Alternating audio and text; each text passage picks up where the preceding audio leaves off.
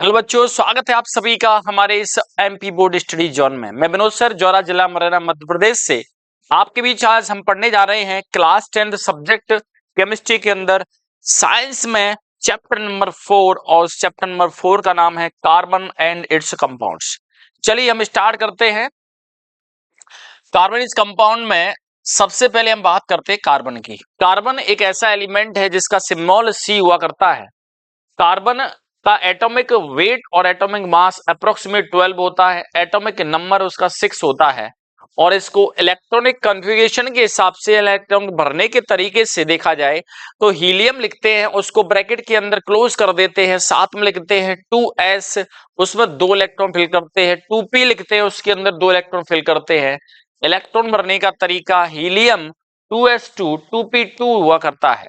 चलिए बात करते हैं कार्बन के अंदर एक बेहतरीन नेचर होता है, उस नेचर का नाम होता है versatile nature of carbon. Carbon वो एलिमेंट होता है जिसका नेचर वर्सेटाइल है। दैट मीन्स इसकी दो इंपोर्टेंट खासियत हुआ करती है और उन दो इंपोर्टेंट खासियत में फर्स्ट होती है कैटिनेशन और सेकंड होती है टेट्रावैलेंसी। कैटिनेशन का मीन्स होता है कि कार्बन के अंदर एक खासियत है, वो ये है कि कार्बन अपने ही जैसे अदर कार्बन एटम के साथ में और अन्य हाइड्रोजन, ऑक्सीजन, नाइट्रोजन, सल्फर जैसे एटम के साथ में वो आसानी से जुड़ जाता है, एक लॉन्ग चेन बना लेता है। और इस प्रॉपर्टी को ही, सेल्फ लिंकिंग प्रॉपर्टी को ही कैटिनेशन कहा जाता है। इसी लिखा गया है कि कार्बन की वो प्रॉपर्टी जिसमें वो सेल्फ लिंकिंग करता है, आपस में जुड़ता जाता है, वही कैटिनेशन है। इसीलिए कार्बन के कंपाउंड नेचर में सबसे ज्यादा मिला करते हैं। सेकंड खासियत होती है टेट्रावैलेंसी। टेट्रावैलेंसी का मीन्स होता है tetra, that means 4, valency that means valency shell के अंदर इसमें 4 इलेक्ट्रॉन हुआ करते हैं और ये 4 इलेक्ट्रॉन मैक्सिमम 4 बॉन्ड बना सकते हैं। इसीलिए अपने चारों इलेक्ट्रॉन का यूज करने के बाद में ये ज्यादा से ज्यादा कंपाउंड बनाने की कोशिश करते हैं। इसीलिए कहा जाता है कि versatile nature of carbon. Carbon का इतना बेहतरीन नेचर आखिर आया कहां से? तो इसकी दो खासियत, फर्स्ट कैटिनेशन और सेकंड होती है टेट्रावैलेंसी। चलिए हम बात करते हैं एलोट्रॉप्स और एलोट्रोपी की। एलोट्रॉप्स का मीन्स होता है एक ही एलिमेंट है, उस एलिमेंट की डिफरेंट क्रिस्टलाइन फॉर्म्स जो फिजिकली डिफरेंट हैं, दिखने में डिफरेंट हुआ करती हैं, लेकिन केमिकल प्रॉपर्टीज उनकी सेम होती है, आपस में एलोट्रॉप्स कहलाते हैं और इस फिनोमिनॉन को एलोट्रॉपी कहते हैं। एग्जाम्पल के तौर पर देखा जाए तो कार्बन की 2 एलोट्रॉप पड़ा करते थे, आजकल कार्बन की 3 एलोट्रॉप्स है। पुराने जो 2 एलोट्रॉप्स हैं उसमें एक डायमंड है, दूसरा ग्रेफाइट, लेकिन थर्ड नंबर का जो सबसे करंट में है वो है बकमिस्टर फुलेरिन और फुलेरिन के नाम से होता है, जिसको C60 के नाम से भी जाना जाता है। चलिए वन बाई वन करके पढ़ते हैं। हम बात करते हैं डायमंड की। डायमंड की प्रॉपर्टीज में देखा जाए कलरलेस ट्रांसपेरेंट हुआ करता है, जिसमें एक्स्ट्रा ऑर्डिनरी ब्रिलियंस हुआ करती है, चमक बहुत शानदार हुआ करती है डायमंड की। ये हार्डेस्ट नेचुरल सब्सटेंस हुआ करता है। जितने भी सब्सटेंस और जितने भी पदार्थ आप जानते हैं उनमें सबसे कठोरतम होता है वो डायमंड है। थर्ड हुआ करता है diamond can not conduct the electricity. Diamond में करंट पास नहीं होता due to the absence of free electrons. Electrons हैं लेकिन जो इलेक्ट्रॉन घूम सकते हैं, मूव कर सकते हैं, वो वाले इलेक्ट्रॉन इसके अंदर नहीं होते। इसका मतलब इलेक्ट्रॉन से फ्री नहीं हुआ करते, इसलिए इनमें करंट नहीं आता। यदि आप डायमंड को ऑक्सीजन गैस की प्रेजेंस में जलाते हैं तो जलाने के बाद में ऑक्सीजन कार्बन के साथ में, क्योंकि डायमंड में सिर्फ और सिर्फ कार्बन है, इतनी भी कॉम्प्लेक्स स्ट्रक्चर हो डायमंड की, लेकिन सबसे बड़ी खासियत है कि डायमंड, ग्रेफाइट, फुलेरिन के अंदर सिर्फ और सिर्फ एक ही टाइप के एलिमेंट हुआ करते हैं, वो सिर्फ कार्बन है। चलिए जब हम इसको ऑक्सीजन गैस के साथ में बर्न करते हैं तो ये कार्बन और ऑक्सीजन गैस रिएक्शन करने के बाद CO2 गैस बना लेती हैं और उसके बाद में nothing will be left behind it. It means पूरा कार्बन है, डायमंड है, वो ऑक्सीजन से रिएक्शन करने के बाद में CO2 गैस बनाकर गायब हो जाता है, कुछ भी नहीं बचता है। और हम बात करें इसकी कि डायमंड के अंदर आखिर इतनी ब्रिलियंट प्रॉपर्टी, ब्रिलियंसी आखिर आती कहां से है? सबसे बड़ी बात, डायमंड के अंदर होता है टोटल इंटरनल रिफ्लेक्शन।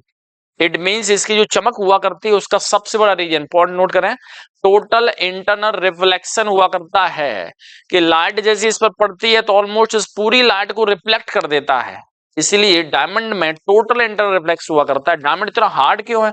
उसका सबसे बड़ा रीजन डायमंड की स्ट्रक्चर हुआ करती है जो इतनी कॉम्प्लेक्स हुआ करती है। स्ट्रक्चर की हम बात करते हैं डायमंड में, तो आप देखिए इस तरह का डायमंड है और इस डायमंड में इस तरह से कार्बन की 4 वैलेंसी है यूज हो रही है। एक कार्बन के पास में 4 वैलेंसी इलेक्ट्रॉन है और ये चारों इलेक्ट्रॉन यूज करते हैं। देखो 1 2 3 4, यहाँ देखिए 1 2 3 4, हर किसी कार्बन से अदर कार्बन एटम्स अपनी वैलेंसीज के साथ में करंट होते हैं। एक कार्बन मैक्सिमम 4 अन्य कार्बन एटम से करंट हो सकता है। इट मीन्स ये हुआ कि इसके अंदर एक भी इलेक्ट्रॉन फ्री नहीं होता, इसलिए इसमें किसी भी तरह का कोई करंट नहीं आता। लेकिन इसका जो पड़ोसी भाई है जिसका नाम ग्रेफाइट है, उसके अंदर आप देखें तो करंट आता है। और उसमें करंट की सबसे बड़ी खासियत क्या है, उसके अंदर करंट जो आता है वो इस वजह से आता है ग्रेफाइट में, क्योंकि उसमें फ्री इलेक्ट्रॉन्स प्रेजेंट होते हैं। इसलिए बार बार कहा जाता है कि डायमंड में करंट नहीं आता, ग्रेफाइट में आता है। और ग्रेफाइट का यूज भी करते हैं इलेक्ट्रोड की तरह। देखिए डायमंड एक क्रिस्टल हुआ करता है जो बड़ा मॉलिक्यूल है, कार्बन से बना हुआ है। डायमंड के अंदर जो कार्बन है वो अपने 4 स्ट्रॉन्ग कोवेलेंट बॉन्ड से कनेक्ट हुआ करता है। ये अपने अदर 4 कार्बन के साथ कनेक्ट होकर टेट्राहेड्रॉन स्ट्रक्चर बनाता है और इसकी स्ट्रक्चर रिजिड हुआ करती है और वेरी हार्ड स्ट्रक्चर हुआ करती है, कॉम्पैक्ट है वो इसी वजह से क्योंकि इसकी 3 डायमेंशनल अरेंजमेंट होता है कार्बन्स का और इसकी वजह से इसकी डेंसिटी भी काफी ज्यादा होती है। डायमंड की स्ट्रक्चर के बाद हम बात करते हैं एप्लीकेशंस ऑफ डायमंड। आखिर डायमंड का यूज कैसे करें, तो डायमंड का जब यूज करने की बात करते हैं यूज ऑफ डायमंड, तो डायमंड का यूज करते हैं कटिंग इंस्ट्रूमेंट्स में, जैसे ग्लास कटर मशीन आती है या ग्लास कटर हुआ करते हैं वहां यूज करते हैं। और उसके साथ साथ में जो मार्बल्स है, कटिंग द मार्बल्स यानी मार्बल को कट करने में यूज करते हैं। रॉक ड्रिलिंग इक्विपमेंट हुआ करते हैं, चट्टानों के अंदर हॉल करने वाली ड्रिलर मशीन आती है, उनके अंदर भी डायमंड यूज करते हैं। सेकेंड है diamonds are also used making the jewellery due to the presence of extra ordinary brilliance. बहुत ही ज्यादा अट्रैक्टिव होता है, चमकदार होता है, इसीलिए इससे डायमंड से ज्वेलरी भी बनाई जाती है। और sharp edge diamonds are also used by the eye surgeon to remove the cataract from eyes. आंखों से कैटरैक्ट जैसी बीमारी को खत्म करने के लिए, ट्रीटमेंट के लिए क्या करते हैं, जो आई सर्जन हुआ करते हैं, डॉक्टर साहब, जो आंखों के डॉक्टर साहब स्पेशलिस्ट हुआ करते हैं, वो डायमंड का यूज करते हैं अपने इस इंस्ट्रूमेंट के अंदर। उनके शार्प एजेस होते हैं, किनारे जो नुकीले हुआ करते हैं, वहां पर डायमंड प्रेजेंट होता है, बड़ी आसानी से यूज करते हैं, ये इसके एप्लीकेशन। अब हम बात करते हैं डायमंड के बाद सेकंड इसका एलोट्रॉप्स है, जो दिखने में अलग है लेकिन इसकी खासियत वही है जैसे ग्रेफाइट की। ग्रेफाइट को बर्न कराते हैं, ग्रेफाइट को जलाते हैं, तो जलाने के बाद में ग्रेफाइट है वो भी CO2 गैस बनाता है, डायमंड है वो भी CO2 गैस बनाता है, फ्लोरीन है वो भी CO2 गैस बनाता है। इससे प्रूव होता है कि तीनों की तीनों बने किससे हैं, कार्बन, सिर्फ और कार्बन से, और जलने के बाद में CO2 गैस देते हैं। ग्रेफाइट की प्रॉपर्टीज में गुड कंडक्टर ऑफ इलेक्ट्रिसिटी हुआ करता है due to presence of free electrons, क्योंकि इसके अंदर फ्री इलेक्ट्रॉन होते हैं, इसीलिए इसका यूज इलेक्ट्रोड बनाने में किया जाता है। सेकंड होता है graphite black in the colour. Graphite silvery हुआ करता है नेचर में। HB पेंसिल, मार्केट के अंदर जो पेंसिल आया करती है उन पेंसिल की लीड भी ग्रेफाइट की बनी होती है। इसलिए कभी कभार क्वेश्चन पूछा जाता है पेंसिल की लीड में कितने % लेड हुआ करता है, तो लीड भले ही नाम हो लेकिन उसमें लेड 0% लेड की नहीं बनी होती, वो बनी होती है ग्रेफाइट की।